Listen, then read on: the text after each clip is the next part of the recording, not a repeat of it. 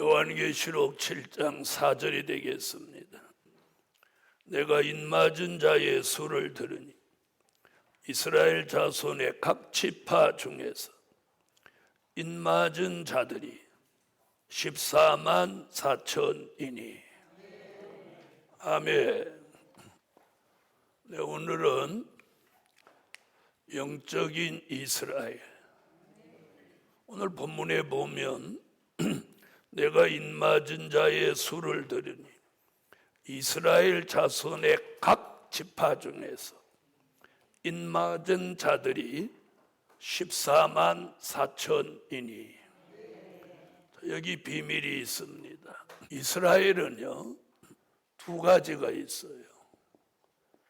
육적인 이스라엘과 영적인 이스라엘이 있습니다. 네, 육적인 이스라엘은 유태인들이 육적인 이스라엘입니다. 자, 그럼 영적인 이스라엘은 누구냐? 하나님의 인맞은 종 14만 4천이 영적인 이스라엘입니다. 그럼 영적인 이스라엘이라는 단어가 있냐는 거예요. 바로 여기 나오는 말씀입니다. 이사야 14장 1절. 이스라엘을 다시 택한다. 다시 택한다. 그러면 어떤 이스라엘은 두고, 육적인 이스라엘을 두고 영적 이스라엘을 다시 택한다는 거예요. 이스라엘을 다시 택한다. 그럼 육적인 이스라엘이 또 나온다? 그건 아니죠. 그래서 영적인 이스라엘이라고 하는 겁니다. 자, 더러는 이 14만 4천 하나님의 인맞은 종들을 자, 하나님의 인맞은 종들을 뭐라고들 하느냐 하면 이스라엘의 랍비라고들 합니다. 누구라고? 랍비. 이스라엘의 랍비라고 합니다. 랍비가 한 10만쯤 된다고. 근데 이제 4만 4천만 더 나오면 이 수가 채워진다. 이건 잘못된 겁니다. 왜 잘못됐느냐? 요한계시록 6장 9절로 11절에 보면 순교자의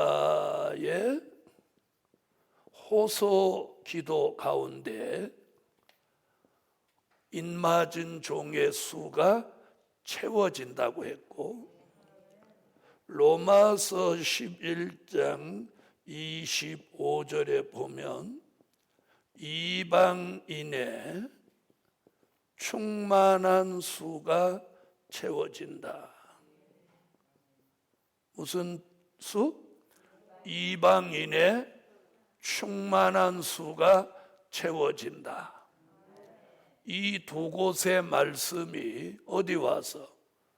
요한계시록 7장 1절로 8절에 와서 인맞은 종 14만 4천이 채워지는 거예요.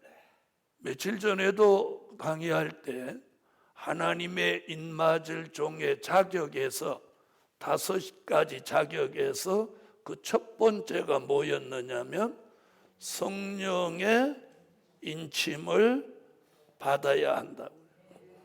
성령의 인이라고 하는 건 예수 믿고 물과 성령으로 거듭나야 받는 표가 성령의 인침입니다. 그러니까 육적인 이스라엘의 납비는 예수 믿는다 안 믿는다? 아직도 초림의 주 메시아를 기다리고 있고, 그들은 물과 성령으로 당연히 거듭나지도 않았습니다. 세례도 받은 일이 없고 성령으로 거듭남을 체험한 적도 이들은 없습니다. 그러므로 하나님의 입맞은 종은 이스라엘의 납비가 아니라 마지막에 특별히 선택받은 종들 가운데서, 이방인들 가운데서 그 수가 채워진다는 것입니다. 자, 그렇다면 이스라엘을 다시 택한다고 말씀했습니다. 그래서 육적인 이스라엘과 영적인 이스라엘은 저마다 기준을 가지고 있습니다. 뭐를 가지고 있어요? 기준을 가지고 있어요. 자, 육적인 이스라엘의 기준은 어디냐면 창세기 49장 1절부터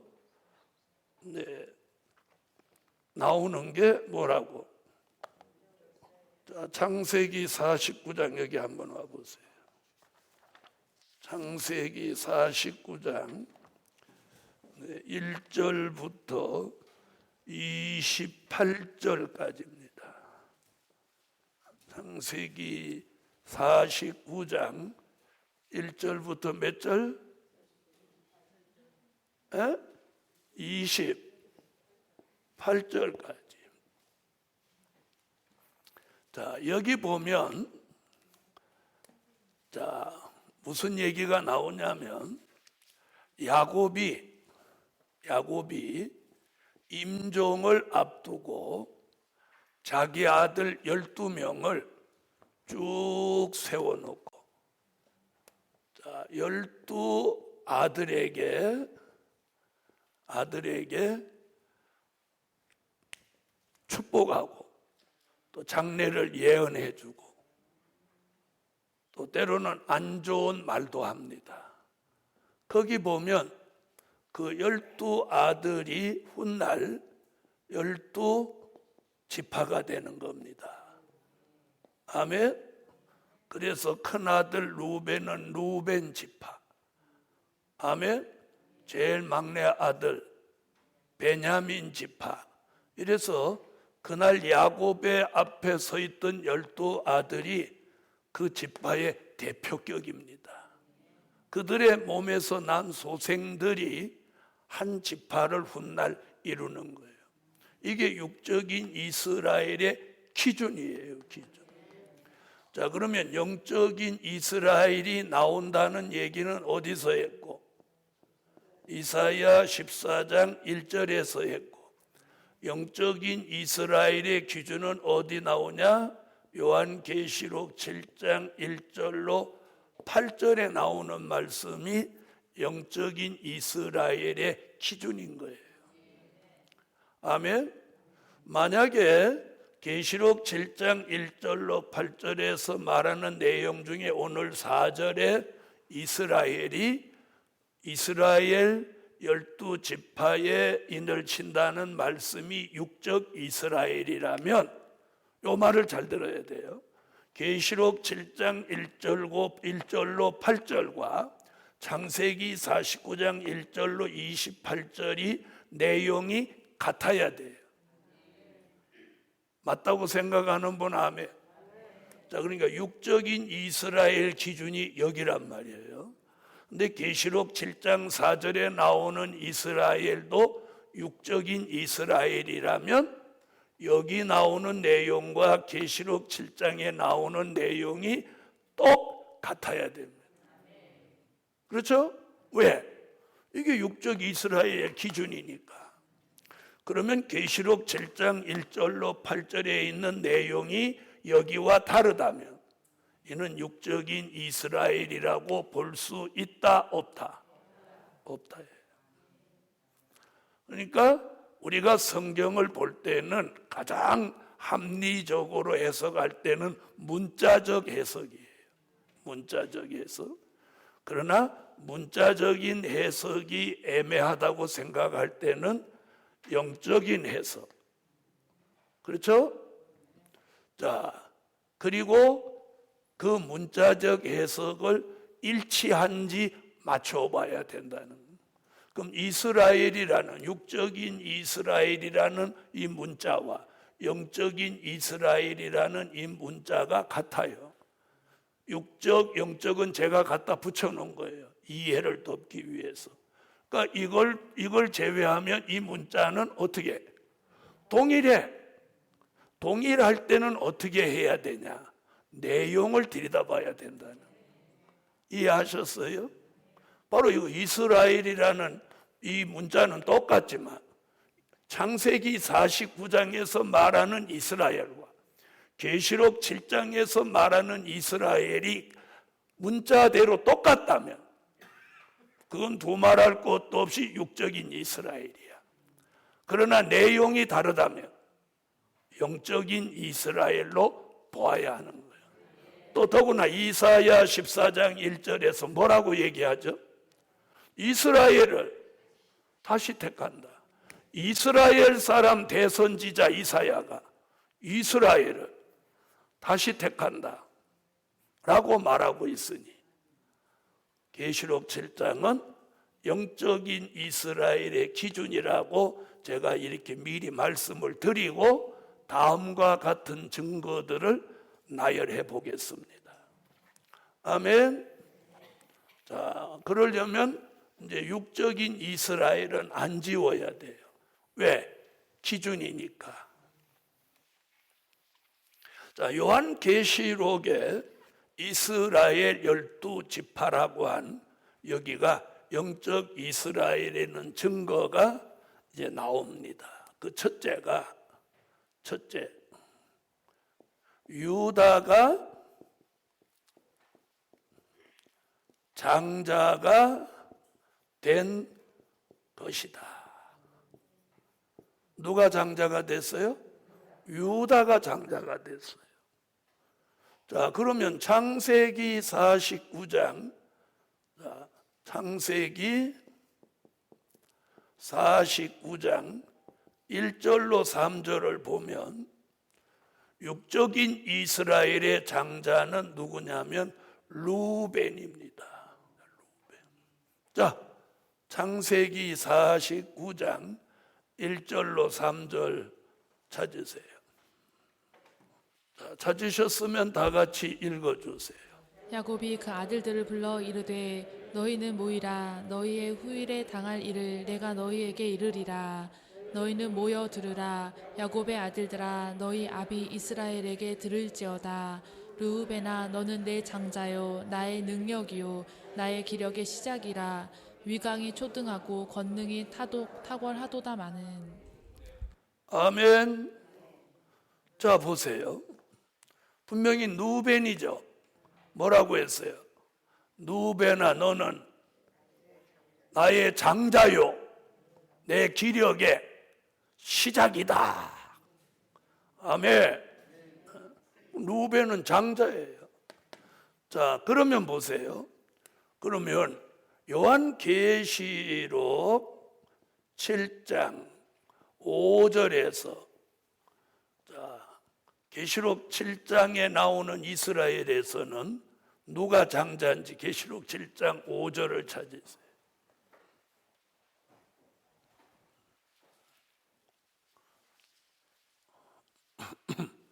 자, 찾으셨으면 읽어주세요. 유다 지파 중에 입맞은 자가 12,000이요 르우벤 지파 중에 12,000이요 갓 지파 중에 12,000이요. 아멘. 자, 누가 장자로 등장했어요? 유다가 장자가 됐단 말이야. 그럼 왜 유다가 장자가 됐냐는 거야. 자, 그러면 계시록 7장에 나오는 이스라엘이 육적 이스라엘이라면 천하 없는 일이 있어도 루벤이 장자로 등장해야 되죠. 그래야 되죠? 바로 이것이 계시록 7장의 이스라엘은 육적인 이스라엘이 아니라는 첫 번째 증거입니다. 아멘. 그 이유는 자, 창세기 49장 1절로 3절에도 나왔어요. 루벤아, 너는 나의 장자요 내 기력의 시작이도다 마는 해놓고 네가 내 침상에 올랐었느니라. 거기까지 말해놨어요. 구체적인 얘기가 없어요. 그 답이 어디 나오냐면 역대상 5장 1절로 2절에 가면 그 답이 나오는 거예요. 자, 요건 찾아봐야 돼요. 역대상 5장 1절로 2절. 자, 찾으셨으면 읽어주세요. 이스라엘의 장자 르우벤의 아들들은 이러하니라. 르우벤은 장자라도 그 아비의 침상을 더럽게 하였으므로 장자의 명분이 이스라엘의 아들 요셉의 자손에게로 돌아갔으나 족보에는 장자의 명분대로 기록할 것이 아니니라. 유다는 형제보다 뛰어나고 주권자가 유다로 말미암아 났을지라도 장자의 명분은 요셉에게 있으니라. 자, 육적 장자의 축복은 누구에게로 돌아갔어요? 요셉에게로 돌아가라고 했죠. 그러나 족보는 건들지 마라 그랬어요. 족보. 왜 그러냐? 어머니 모태에서 나온 순서는 바꿀 수가 없는 거야. 그렇죠? 그래서 육적 장자의 축복은 요셉에게. 그러면 영적 장자의 축복은 왜 유다에게로 돌아갔냐?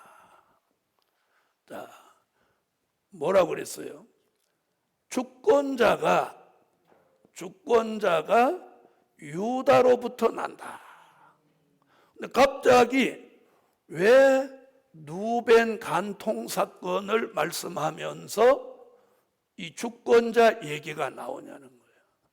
자, 그러면 창세기 49장 1절로 3절과 역대상 5장 1절로 2절에서 나오는 얘기가 뭐냐면 루벤이라고 하는 야곱의 장자가 자기 아버지 야곱의 후처죠. 후처라고 하면 안 돼요. 첩이죠, 첩. 야곱의 첩. 이름이 빌하입니다. 빌하라는 아버지 여자와 간통을 한 거예요. 이 누벤이. 나쁜 놈이죠. 놈이라고 해서 죄송해요. 그러니까 한마디로 말하면 자기 아버지 여자를 건드린 거예요. 그걸 야곱이 알고 있었어요. 그런데 평생도록 가만히 있다가 지금 임종을 앞두고 이걸 꺼내는 거예요. 그래서 지금 루벤한테 뭐라고 하느냐? 너는 육적 장자의 축복은 요셉에게로 돌아간다. 그런데 주권자는 유다로부터 난다. 그러니까 야곱이 누구 탄생을 예언했어? 예수 탄생을 이때 예언한 거예요. 이때. 야곱이 신령해요, 안 해요? 이사야가 예언한 게 이사야 7장 14절 처녀가 잉태해 아들 낳는다. 이게 처음 예언 같은데 아니? 오래전에 벌써 야곱 시대에 이런 예언이 나온 거예요. 주권자로는 유다로부터 난다. 그럼 주권자가 유다로부터 난다는 말씀이 어디 와서 이루어지냐? 마태복음 1장 1절로 3절에 와서 이루어지는 거예요. 자, 마태복음 1장 1절로 3절. 자, 찾으셨으면 읽으세요. 아브라함과 다윗의 자손 예수 그리스도의 세계라. 아브라함이 이삭을 낳고 이삭은 야곱을 낳고 야곱은 유다와 그의 형제를 낳고 유다는 다말에게서 베레스와 세레를 낳고 베레스는 헤스론을 낳고 헤스론은 람을 낳고. 자, 여기 보면 뭐라고 하죠? 아브라함이 이삭을 낳고 이삭이 야곱을 낳고 야곱 낳습니다. 야곱이 유다와 그의 형제를 낳고. 자, 이렇게 납니다. 그럼 들어보세요. 11명의 형제의 이름은 마태복음 1장에서 사라집니다. 아브라함, 이삭, 야곱, 믿음의 3대 내려오고 그 다음에 누벤이 등장해야 되는데 누벤을 빠뜨리고 누가 등장하는 거예요? 유다가 등장하는 거예요. 그럼 유다가 등장하게 된 내용이 뭐예요? 유다 지파로부터 주권자 예수가 나신다는 역대상 5장 1절로 2절의 말씀을 이루기 위해서 마태복음 1장에서 유다와 그의 형제를 낳고, 그러면서 여기서 유다를 푹 부각시키는 거예요. 누구 때문에? 주권자 예수 때문에. 할렐루야. 그러므로 계시록 7장 5절에 와서 유다 지파가 장자로 등장하는 거예요. 그래서 누벤은 자기 소모, 즉 아버지 여자를 간통한 죄값으로 바로 여기서 창세기 49장 1절로 3절과 역대상 5장 1절로 2절에서 장자의 축복을 상실합니다. 그래서 무엇한 죄가 크다는 거예요? 간음한 죄. 그것도 자기 소모를 건드린, 아버지 여자를 건드린 죄가 큰 거예요. 저주를 받은, 저주를. 자, 이래서 유다가 장자가 된 거예요. 그냥 무슨 뭐 저절로 하기 싫어서 야 네가 장자해라, 나 장자할란다, 안 할란다, 이래서 되는 게 아니에요. 성경이 증명을 해주는 거죠. 아멘. 자, 이것이 무슨 증거야? 영적 이스라엘이라는 증거입니다. 아멘. 이게 영적 이스라엘이라는 증거예요. 자, 그 다음에 두 번째 증거는 루벤이 차자가 된 것이다. 조금 전에 유다가 장자가 된 이야기와 루벤이 차자가 된 이야기는 같은 내용이에요. 같은 내용. 창세기 49장 1절로 3절, 역대상 5장 1절로 2절, 그리고 계시록 7장 5절로 이어지는 거예요. 자, 계시록 7장 5절 다시 읽어보세요. 자, 찾으셨으면 읽어주세요. 유다 지파 중에 입맞은 자가 1만 2천이요 루벤 지파 중에 1만 2천이요. 자, 거기까지. 자, 이것이 육적인 이스라엘이라면 이 순위가 바뀔 수 없어요. 왜? 야곱이 뭐라고 했으니까. 장자, 육적 장자의 축복은 요셉에게 주되 뭘 정리하지 말라고 했으니까. 족보를 정리하지 말라고 그랬으니까. 그러니까 계시록 7장의 이스라엘이 육적인 이스라엘이라면 당연히 누벤이 차자가 돼야 되는데, 자, 누벤이 장자가 돼야 되는데 차자가 됐죠. 이것은 유다와 순위가 바뀌게 된 역사가 아까 말씀드린 거와 동일한 거예요. 그래서 구체적으로 아까 그 설명으로 이건 대신하겠어요. 자, 세 번째는 단 지파가 빠진 것이다. 무슨 지파가 빠져? 단 지파가 빠졌어요. 자, 창세기 49장 16절로 17절에 보면 육적인 이스라엘 야곱의 아들 중에는 단이라는 아들이 여기 딱 존재합니다. 자, 다 같이 찾아보세요. 자, 이건 찾아봐야 돼요. 창세기 49장 16절로 17절. 자, 찾으셨으면 읽어주세요. 다는 이스라엘의 한 지파같이 그 백성을 심판하리로다. 다는 길의 뱀이요 첩경의 독사로리로다. 말굽을 물어서 그 탄자로 뒤로 떨어지게 하리로다. 아멘. 자, 여기 보니까 단지파는 뭐라고 그랬느냐면 단지파는 길의 뱀이요 첩경의 독사다. 그러니까 단지파는 자기 아버지 야곱이 저주를 한 거예요. 네 족속은 뱀이야. 그리고 독사야.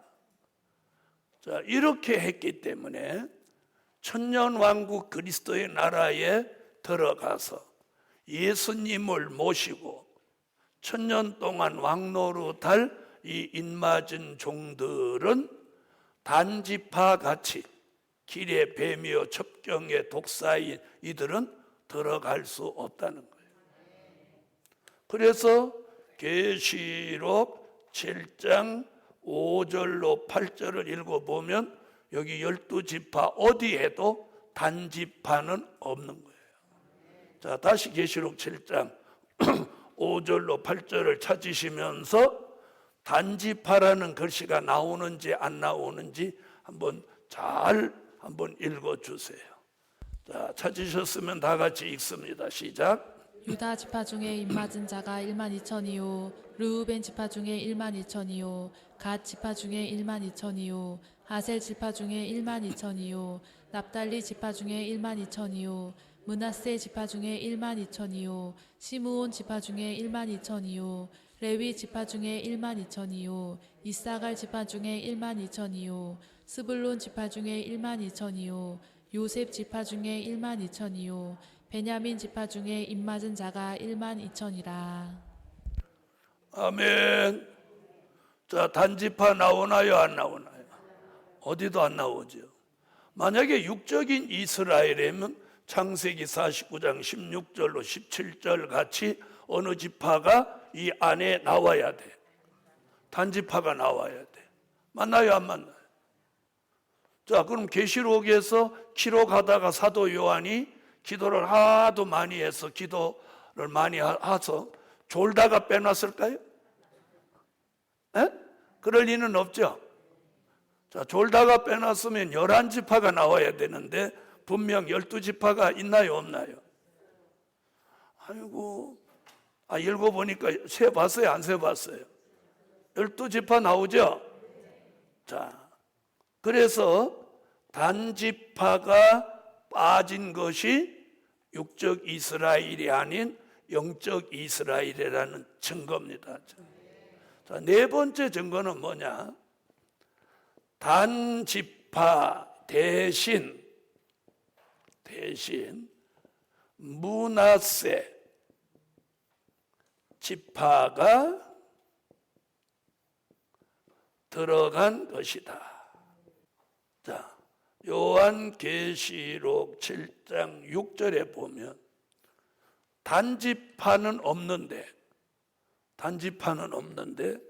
야곱의 12아들이 아닌 요셉, 야곱의 11번째 아들 요셉의 아들 므낫세가 여기 딱 있어요. 자, 그러면 내용이 뭐예요? 단지파는 없고 므낫세가 들어갔으니까 단지파 대신 므낫세 지파를 집어넣은 거예요. 왜 므낫세 지파가 들어갔는지 그 연유는 아직까지 밝혀지지 않았어요.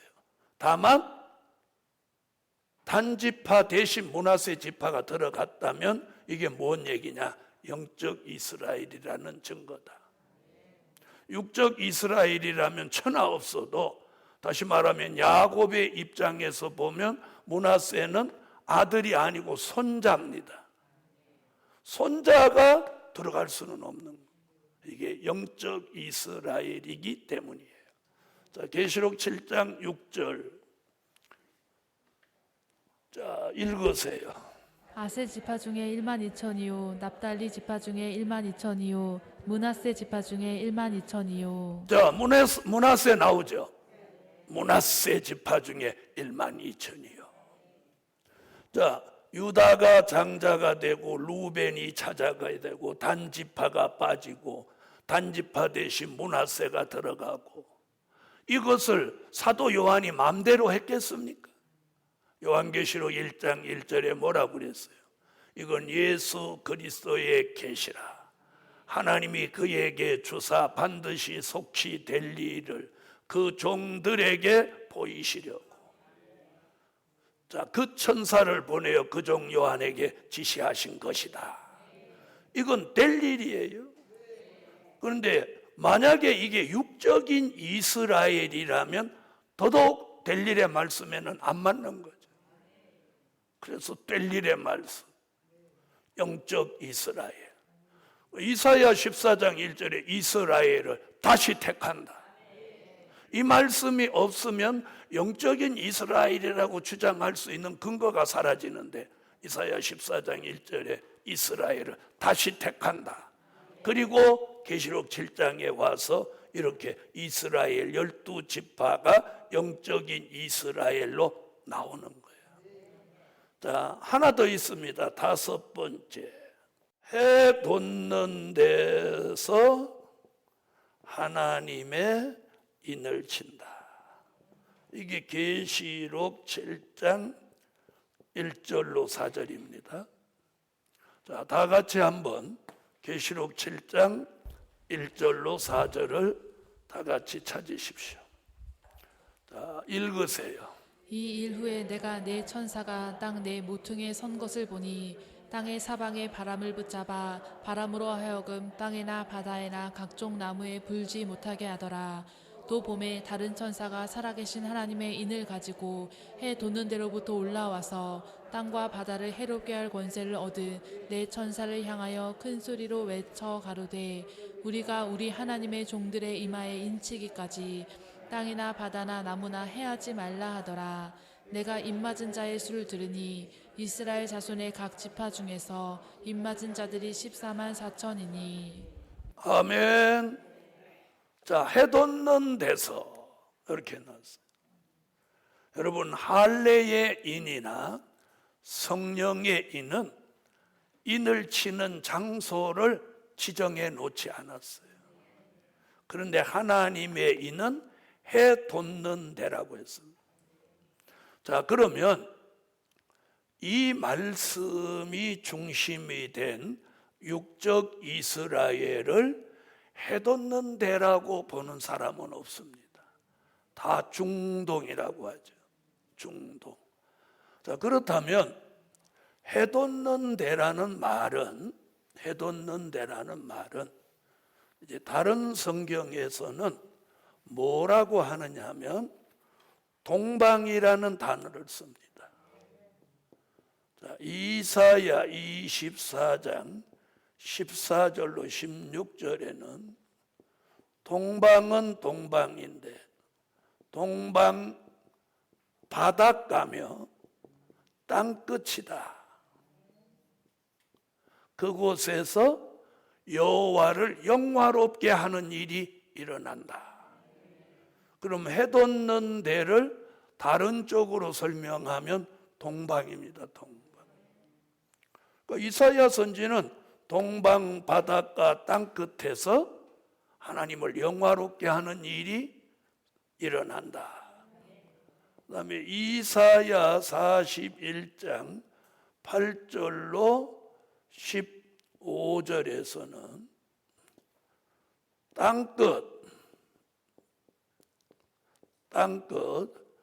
땅 모퉁이에서 새 타작 기계로 쓰실 종들이 나온다. 이렇게 말하고 있어요. 그러니까 어떤 말씀과 연계된 거예요? 동방, 바닷가, 땅끝 이런 말씀과 연계되어 있어요. 또 그다음에 이사야 46장 10절로 11절에서는 동방 먼 나라에서 아직 이루지 아니한 일을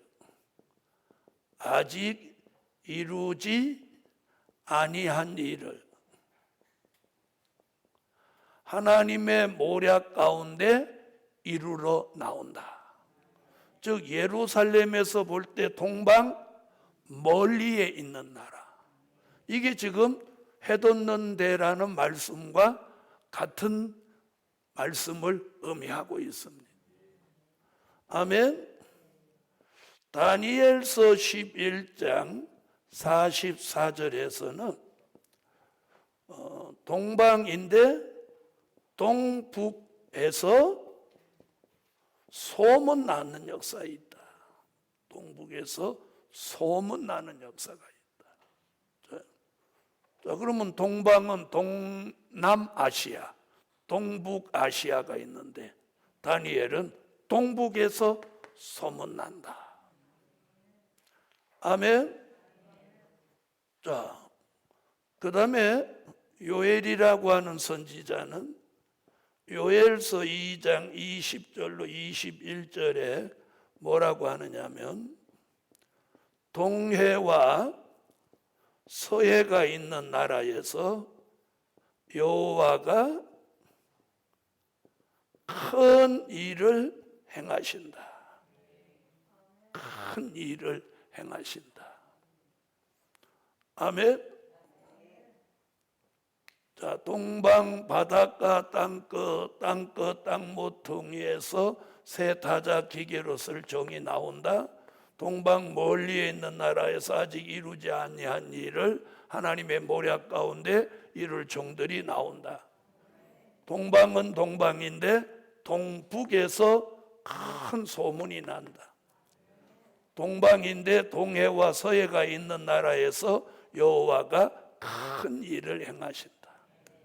그리고 오늘 계시록 7장 1절로 4절에서는 해돋는 데서 무엇 해돋는? 동방 해돋는 데서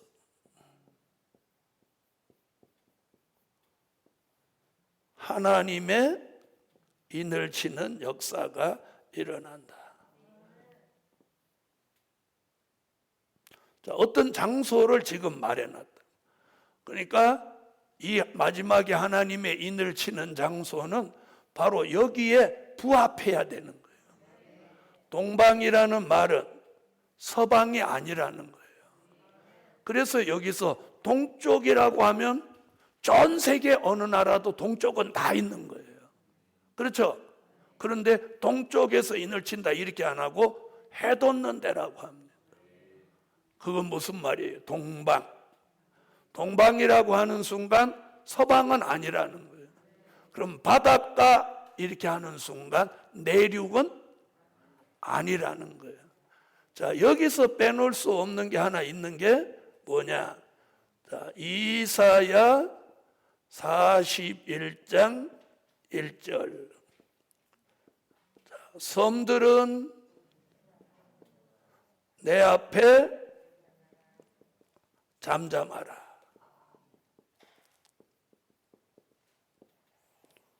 이런 말씀이 나오는 거예요.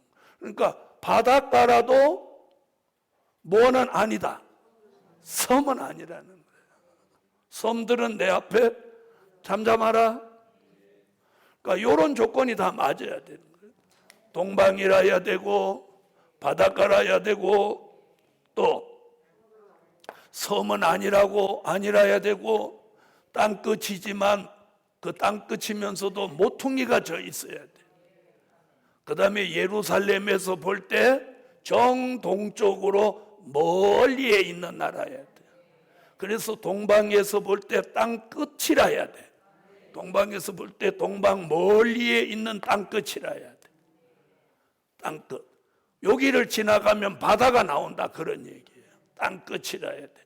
그 다음에 동방이라도 동남이 아니고 동북이라야 돼. 그리고 바다가 동해와 서해 바다가 있어야 돼. 자, 이런 것을 이런 조건을 맞추기가 쉬워요, 안 쉬워요? 쉽지 않죠? 쉽지 않은 거예요. 그런데 하나님은 창조하실 때 여기에 맞는 지역을 창조해 놓은 거예요. 자, 그럼 이 땅끝이 어떤 땅끝이냐면 잘 보세요.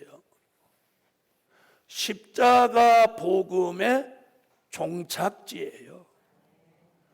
자, 사도행전 1장 8절을 보면 성령이 너희에게 임하시면 너희가 권능을 받고 예루살렘과 유다와 사마리아와 어디까지? 땅끝까지 내 증인이 되리라. 바로 사도행전에서 말한 요 땅끝이 여기란 말이에요. 복음의 마지막 종착지. 복음의 마지막 종착지 이 땅끝에서 새로운 역사가 일어나는데 무슨 새로운 역사? 하나님의 인을 치는 새로운 역사. 그러면 예루살렘에서 시작해서 땅끝까지 오는 동안 친 인은 무엇이에요? 성령의 인을 치면서 예루살렘에서 성령이 오순절 마가 다락방에 임재하면서 성령의 인을 치면서 왔어요. 예루살렘에서 성령의 인을 치고 유대에서 성령의 인을 치고 사마리아에서 성령의 인을 치고 땅끝까지 오면서 성령의 인을 치고 왔답니다. 아멘. 마지막 땅끝에 와서 성령의 인을 치고 여기서 새로운 역사가 무슨 인을 치는 역사로? 하나님의 인을 치는 역사가 일어나는 거예요. 그래서 성령의 인은 예루살렘, 유대, 사마리아 땅끝 정해놓지 않고 예루살렘에서 시작해서 국경이나 인종이나 민족의 차별이 없이 누구든지 예수 믿고 물과 성령으로 거듭나면 장소와 상관없이 성령의 인을 쳐서 어디까지 온 거야? 땅끝까지 왔단 말이야. 그 땅끝이 하나님의 인을 마지막에 치기 시작하는 땅끝이란 말이야. 그럼 하나님의 인은 땅끝에서 다시 또 예루살렘으로 가면서 치냐? 아니, 여기는 고정이에요. 여기서 하나님의 인을 계속 치는 거예요. 얼마의 수가 차기까지? 네, 14만 4천의 수가 차기까지. 할렐루야. 이것이 이게 하나님의 비밀이에요. 그래서 오늘 지금 계시록 7장에서 지금 많은 시간을 지금 보내요. 이게 지금 계시록에서 가장 핵심이에요, 핵심.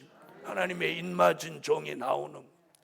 자, 이상과 같은 5가지 증거가 계시록 7장의 이스라엘 12지파 14만 4천은 무슨 이스라엘이 아니고 육적인 이스라엘이 아니고 영적인 이스라엘이다. 그래서 인맞은 종 14만 4천의 수가 나오는 게 영적 이스라엘의 완성입니다. 할렐루야. 자, 그 일을 이루기 위해서 해뒀는데 바로 동방, 바닷가, 땅끝, 땅모퉁이, 동방, 먼 나라, 동북, 동해와 서해, 섬들이 아닌 곳, 이곳에서 하나님의 인을 치고 있다. 그러므로 오늘 육적인 이스라엘과 영적인 이스라엘을 분별할 수 있는 분별력이 여러분에게 생기기를 예수 이름으로 축원합니다.